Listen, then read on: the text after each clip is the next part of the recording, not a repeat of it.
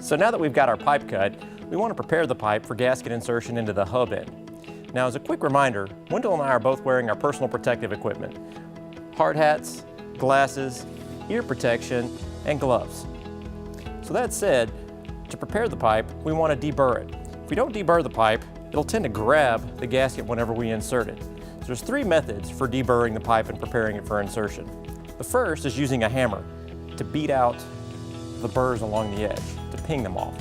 The other, more common, is using a file, just to gently knock those burrs off. The third is using a grinder, which Wendell's going to demonstrate.